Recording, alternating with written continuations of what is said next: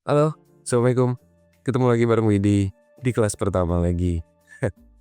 Gue sebelumnya mau say sorry. Bukan say sorry sih sebenarnya mau highlight sedikit. Ya say sorry juga ya. Di episode 33 kemarin tuh ternyata kepanjangan banget ya. Gue nggak ngeh. Jadi gue record kayak biasa. Terus ya gue biasa gitu ya setelah record tuh gue cek eh, master videonya. Ternyata sepanjang itu cuy, 40 menit. Terus editing gitu ya, rapiin, cutting segala macem 35 menit. Semoga kalian nggak bosen nontonnya. Dan thank you banget juga guys buat yang udah klik, udah nonton dari awal sampai akhir kelas pertama sampai episode 33 ini. Artinya udah 33 minggu, 34 minggu sama sekarang. Wow, mudah-mudahan kita semua sehat terus ya. Kalian semua sehat, happy terus, berkah terus rezekinya. Biar kita masih tetap ketemu. Ya pokoknya semuanya senang lah. Amin ya rabbal alamin. Oke, episode 34 kali ini masih di seputaran penaklukan kota guys. Artinya kita kembali ke masa lalu nih. Kalau di episode kemarin Al-Fatih itu di tahun 1453 waktu dia naklukin Konstantinopel. Nah kali ini gue akan ajak kalian mundur lagi nih. Sekitar 250 sampai 300 tahunan dari eranya Al-Fatih. Atau lebih tepatnya di tahun 1130-an sampai 1180-an. Ya era itu ya, di antara itu. Nah di era-era itu terjadi sebuah penaklukan kota penting juga nih, yang jadi tempat tinggal 3 agama samawi, yaitu Islam, Kristiani, dan Yahudi. Ada yang tahu gak kota apa? Betul, Yerusalem. Kota ini pernah ditaklukkan oleh seorang pemimpin muslim, sultan juga nih, yang amat sangat disegani oleh lawan-lawannya. Kenapa begitu? Karena memang beliau sendirilah yang membangun citra demikian guys. Orang ini sangat amat disegani oleh lawan-lawannya karena dia juga sangat amat menghormati lawan-lawannya. Bahkan dia juga memastikan bahwa lawan-lawannya ini baik-baik aja. Aneh. Siapa lagi kalau bukan Salahuddin Al-Ayyubi? Kita masuk kelas pertama.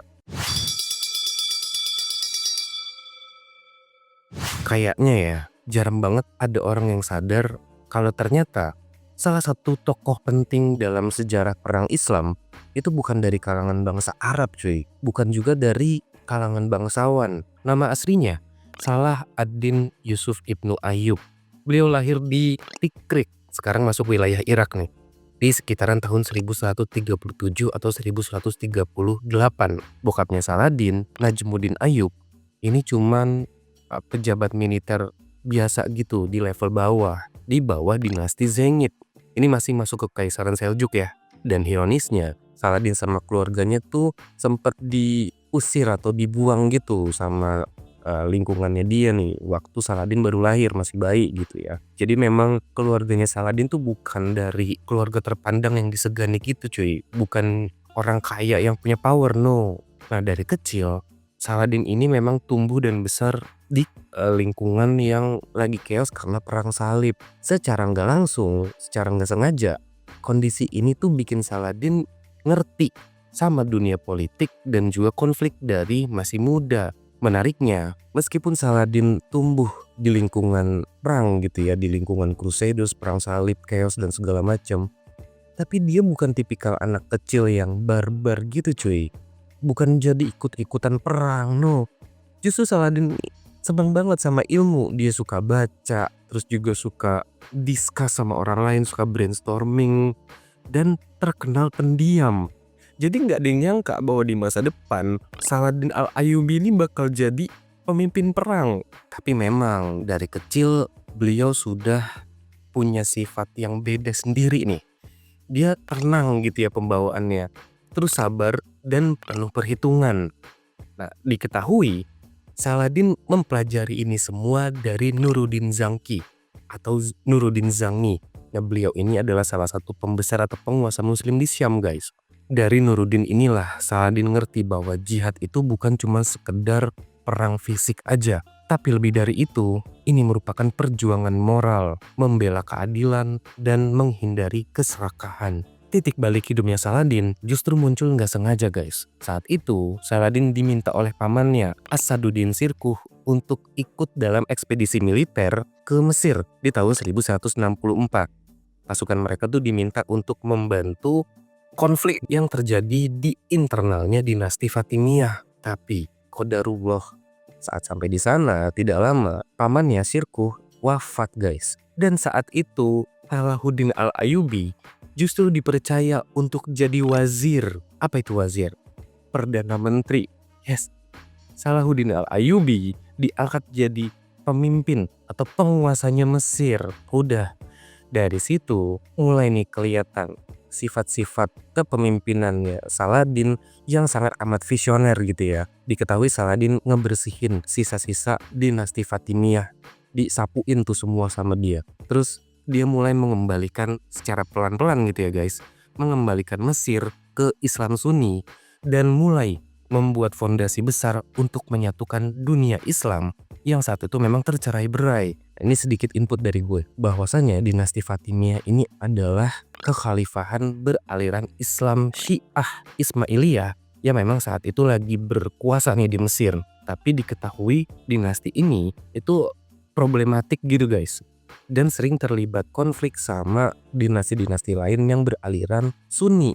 Salah satunya dinasti Abbasiyah. Jadi memang kejatuhannya dinasti Fatimiyah ini ya karena konflik internal gitulah, kecerobohan dari dalam yang akhirnya membuat dinasti ini runtuh. Lalu datanglah Saladin ngebersihin semuanya gitu ya. Jadi bukan Saladin tuh berperang lawan mereka tuh gimana, no. Tapi Saladin cuma membersihkan sisa-sisanya aja gitu ya. Tadi gue sempat mention kalau Saladin membuat fondasi besar untuk menyatukan dunia Islam yang saat itu tercerai-berai. Betul guys. Di masa itu, Islam tuh memang kayak punya kubunya masing-masing. Jadi kayak apa ya? Puzzle gitu ya, berantakan. Tiap wilayah punya sultannya masing-masing. Mereka saling berebut kekuasaan. Bahkan ada yang justru kerjasama sama pasukan salib, sama Crusaders. Saladin sadar kalau kondisinya terus-menerus kayak gini, ya mereka akan terus diperalat jadi bulan-bulanan gitu ya, nggak akan selesai sampai kapanpun. So, langkah pertama yang dilakukan Saladin justru bukan langsung nyerang Yerusalem guys, tapi menyatukan dulu nih semua pihak di bawah satu panji. Jadi Saladin pengen ya semua satu dulu gitu ya, menyatu dulu nih, gabung dulu semuanya supaya jadi kekuatan yang memang layak untuk dipertimbangkan. Mulai dari Mesir, Syam, Aleppo, terus Mosul, ini wilayah Irak ya, sampai ke Yaman. Disamperin tuh satu-satu sama Saladin. Ada yang ditaklukkan lewat diplomasi, tapi ada juga yang lewat strategi militer. Halus tapi efektif. Nah ini nih yang bikin gue respect sama Saladin. Beliau ini nggak suka guys perang yang fisik, bikin pertumpahan darah gitu ya, jika memang dirasa tidak perlu. Saladin lebih suka pakai taktik menghabisi musuh lewat waktu. Pasokan makanannya ditahan, ya suplai-suplai logistiknya dipotong gitu ya, diputar-putar maksudnya, sampai lawan-lawannya tuh menyerah dengan sendirinya. Dan yang bikin Saladin makin disegani itu bukan karena dia menang perang guys, tapi karena dia nggak pernah menyiksa lawan-lawannya. Maksudnya menyiksa fisik gitu ya, sampai ditawan segala macam, no. Bahkan pemimpin Kristen banyak yang menyebut Saladin sebagai the most honorable enemy, musuh yang paling mulia. Gila ya, merinding gue. Musuh aja tuh sampai kagum sama beliau guys. Oke, setelah bertahun-tahun menyatukan wilayah, akhirnya Saladin siap nih. Tujuan utamanya jelas guys, merebut kembali Yerusalem dari tangan pasukan salib. Tapi sebelum itu, Saladin sadar bahwa ada satu kekuatan besar yang ngejaga di sana, yang mana ini harus ditundukin dulu, yaitu kerajaan Yerusalem di bawah kepemimpinan Raja Guy de Lusignan atau Guy de Lusignan. Ini sorry kalau ada salah pelafalannya. Kita tiba di tahun 1187. Saat ini, Saladin meluncurkan kampanye militer besar-besaran guys. Target utamanya bukan cuma Yerusalem, tapi juga menghancurkan kekuatan inti pasukan salib di Tanah Suci. Nah, Tanah Suci ini merujuk ke Yerusalem ya. Pertempuran besar itu akhirnya terjadi di Bukit Hattin, dekat Danau Tiberias. Dan di masa depan dikenal dengan Pertempuran Hattin, oke? Musuh utamanya saat itu Raja Guy de Lusignan, jelas. Raja yang saat itu berkuasa memimpin di kerajaan Yerusalem. Udah, pasukan salib bawa salib suci nih, simbol kebanggaannya mereka. Dan Saladin saat itu udah siap, dia sengaja menjebak musuhnya, pasukan salib, di medan pertempuran yang kering dan tandus. Ini strategi jenius sih menurut gue.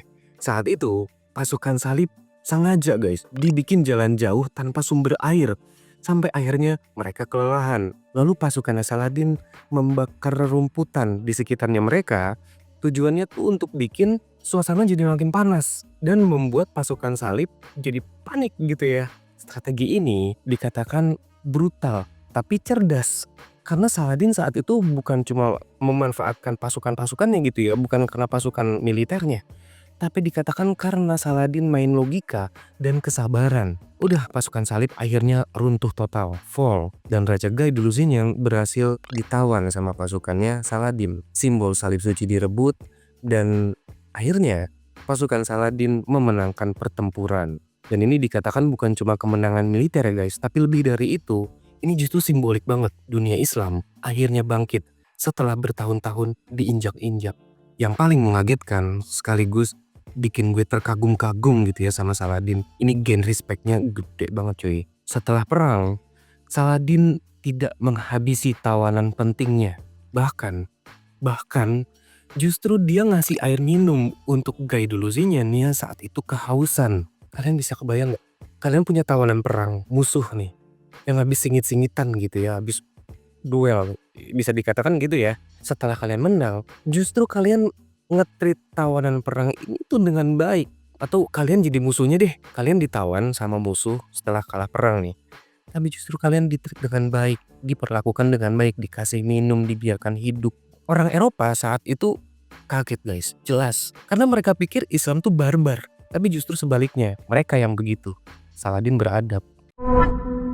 Setelah pertempuran Hattin selesai, jalan menuju Yerusalem kebuka lebar dong. Ya saat itu pasukan salib dikatakan udah nggak punya power lagi guys untuk backup. Maksudnya untuk nahan gitu ya. Puncaknya di bulan Oktober tahun 1187.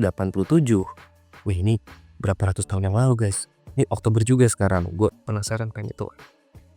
Wait. Sekarang 2025. Tambah oke.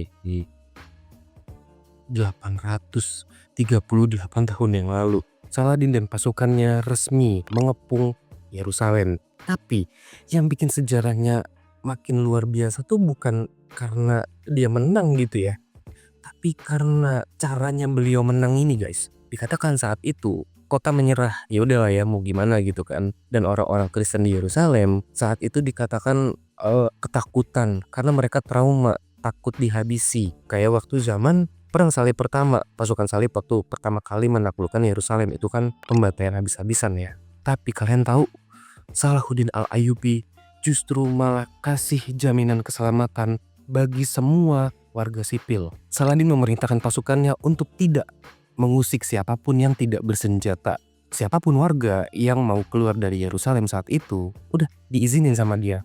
Tapi memang dimintai tebusan ringan ya guys. Ini dikatakan kayak 5 atau 10 dinar gitu per kepala. Dan bagi orang-orang miskin yang juga mau keluar dari Yerusalem, bahkan dibebasin sama dia tanpa dimintai tebusan tadi ya. Karena Saladin bilang mereka sudah cukup menderita. Terus juga gereja-gereja besar nih kayak Church of the Holy Sepulchre atau Gereja Makan Suci dijaga ketat gitu ya, nggak dirusak sama dia. Terus tempat-tempat suci lain juga ya udah aman, pokoknya semuanya nggak ada pengrusakan gitu guys. Ini jelas beda banget sama invasi pasukan salib pertama di tahun 1099 yang mana isinya kayak tadi gue bilang ya, kebrutalan. Tindakan ini juga dikatakan bikin reputasinya Saladin langsung naik gila-gilaan guys.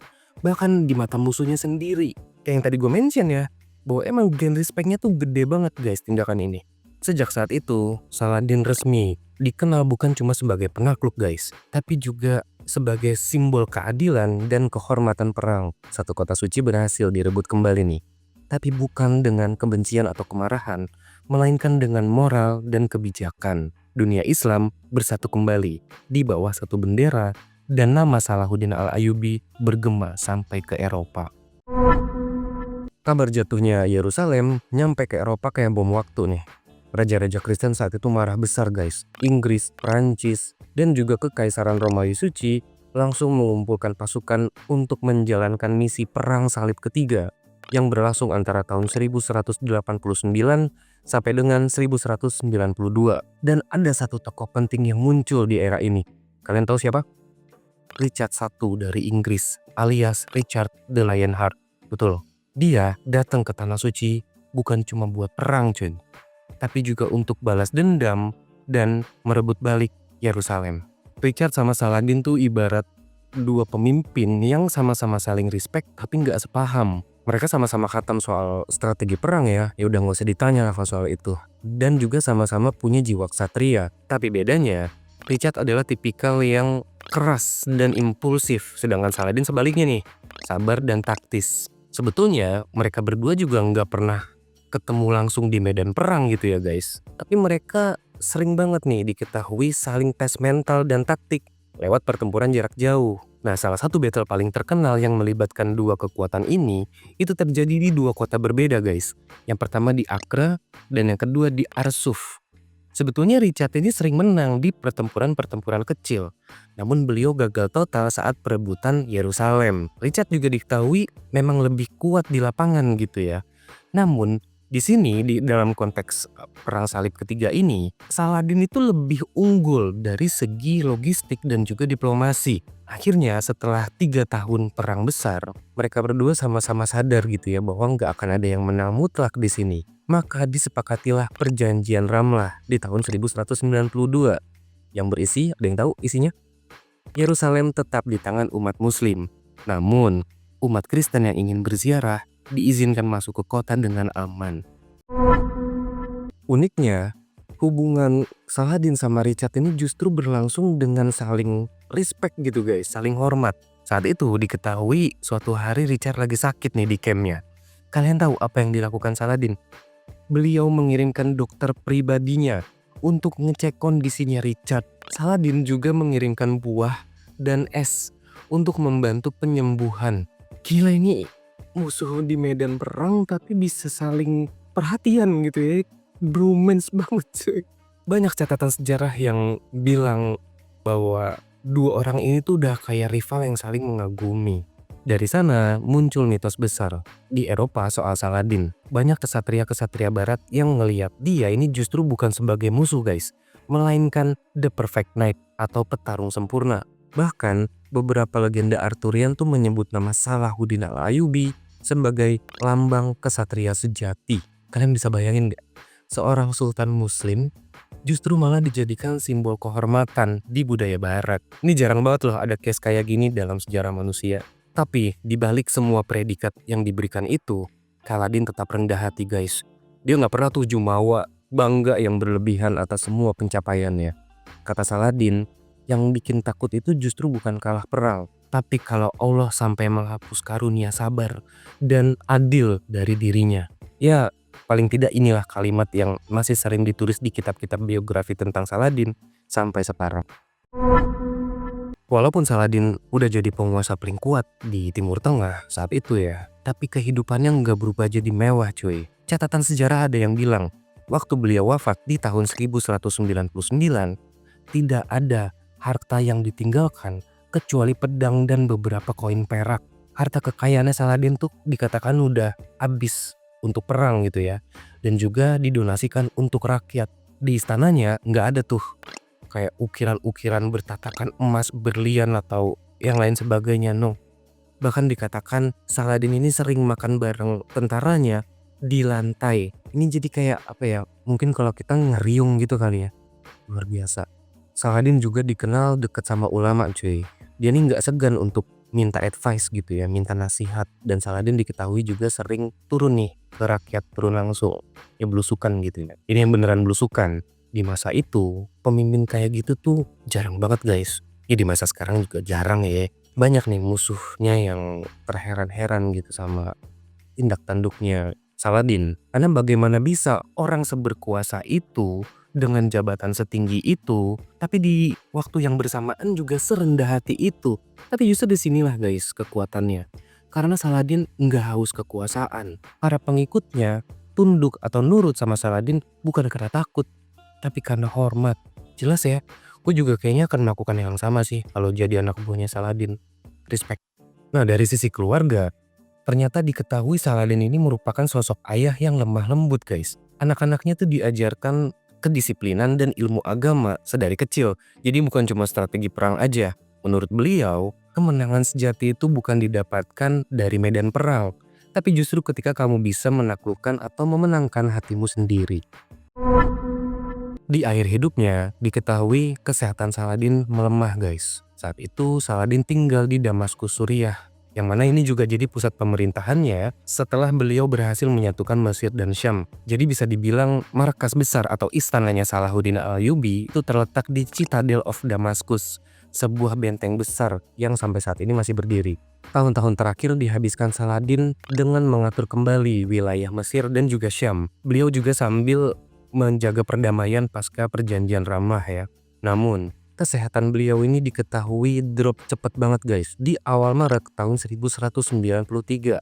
Dalam catatan dokter istana, diketahui Saladin sempat mengidap demam tinggi dan juga nggak bisa jalan atau nggak bisa berdiri. Nah, disinyalir ini merupakan typhoid fever atau tipes, atau bisa jadi juga infeksi berat lain terkait sanitasi atau kebersihan lingkungan. Yang bikin terharu adalah ketika Saladin sadar bahwa ajalnya sudah makin dekat, beliau meminta agar harta kekayaan istana dibagi-bagikan ke fakir miskin. Bahkan kain kafan beliau ini sudah disiapkan sendiri dari dana pribadinya. Jadi bukan dari kas negara atau kas istana gitu ya. Dan malam itu, di tanggal 4 Maret tahun 1193, Salahuddin Al-Ayyubi menghembuskan nafas terakhirnya di Damaskus, di istananya.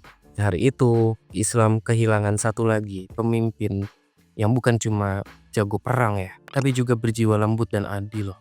Jenazah Salahuddin Al-Ayyubi dimakamkan di Kompleks Masjid Agung Umayyah di Damaskus, Suriah atau Masjid Menara Putih. Makanya sederhana guys, petinya nggak ada ukiran-ukiran emas atau yang megah-megah gitu ya, no.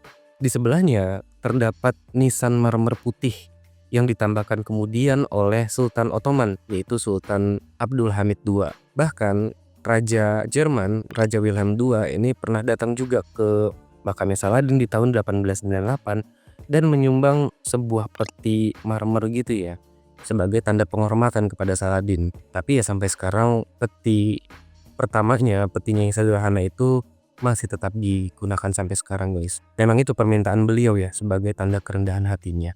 Nama Salahuddin Al-Ayyubi jadi legenda lintas zaman guys. Di dunia Islam beliau dikenang sebagai seorang sultan dan juga pahlawan suci. Di dunia barat dia dikenang sebagai kesatria sejati. Bahkan di Eropa dan juga banyak sejarawan Kristen yang menganggap bahwa beliau adalah seorang pemimpin paling terhormat dalam sejarah manusia. Bukan cuma karena kemenangannya ya, tapi juga bagaimana cara beliau memperlakukan musuh dengan kemanusiaan. Kita sampai di akhir kelas. Kok dari tadi lo nggak bahas soal Saladin versus Baldwin IV, Wit? Oke, kenapa gue nggak nyinggung soal rivalitas Saladin lawan King Baldwin IV sama King Baldwin IV gitu ya? Karena singkatnya, kisah yang gue angkat ini adalah fase setelah kematiannya King Baldwin IV karena penyakit lepranya itu guys. King Baldwin ini, bagi yang nggak tahu nih ya, adalah seorang raja muda yang menderita penyakit lepra atau kusta. Makanya di beberapa kesempatan atau di film-film gitu ya, mungkin kalian pernah nonton filmnya, beliau ini digambarkan pakai topeng besi untuk menutupi penyakitnya itu gitu. Nah, setelah kematian King Baldwin IV, tahtanya dilanjutin sama keponakannya. Siapa? King Baldwin V, betul. Tapi diketahui waktu King Baldwin V ini naik tahta, usianya masih muda banget guys, masih 8 tahun. Nah, disinilah Salahuddin Al-Ayyubi mulai naik daun nih. Dia udah mulai memerintah pasukannya gitu ya, sudah mulai kelihatan. Tahtanya Baldwin V tadi direbut sama siapa? Guy de Lusignan, yang mana akhirnya kalah perang dari Salahuddin dan ditawan gitu ya. Itu cerita singkatnya. Tapi gimana menurut kalian? Again, gue yakin banyak dari penontonnya kelas pertama yang lebih paham soal ceritanya Salahuddin Al-Ayyubi ini. Mungkin juga dari perang salib pertama, kedua, ketiga gitu ya. Boleh banget ya kasih gue inputan di kolom komentar. Mungkin juga kalian ada yang mau kasih kritik, saran, mungkin ide-ide untuk video kelas pertama berikutnya, boleh banget drop juga di kolom komentar. Like video ini kalau kalian suka, subscribe juga dan nyalain loncengnya supaya kalian tahu kalau ada kelas baru. Follow gue juga di Instagram dan TikTok @fishmang. Kita ketemu minggu depan guys. Jangan sampai telat masuk kelas pertama. Adios.